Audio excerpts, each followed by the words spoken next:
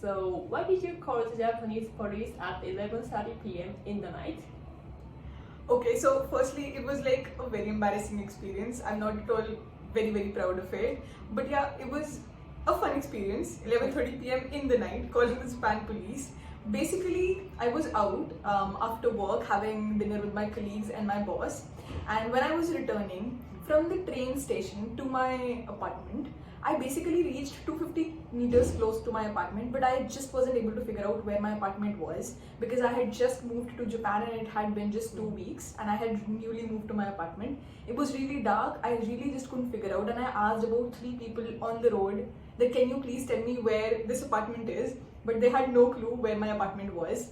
Then I went into a convenience store and I requested them and I told them that guys, this is the address of my apartment, this is the building name, do you know the name of the building? And then finally they called the Japan police for me. I mean basically this police of the city where I put up in. And yeah, then I was lucky enough that Japan police came and they escorted me in their patrol car to my apartment, and then they explained me this is the way to use Google Maps. And that was very embarrassing because they asked me that why didn't you use Google Maps, and I was like I was using Apple Maps, and that day I got to know that Apple Maps really suck. And yeah, but yeah, they were really helpful and it was one heck of an experience in Japan. Yeah. How is it different from India? I think it's much safer over here, obviously, because it's Japan. It's much safer over here, and I wouldn't really have called the Indian police if I was like in a problem and I wasn't able to figure out where my apartment is or whatever.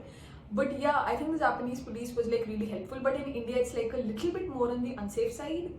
But yeah, even if you call the police, they won't be like very hostile to you.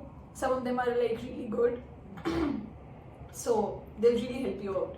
So I think even in India, you should definitely visit India. They'll help you out. I don't think so. Okay.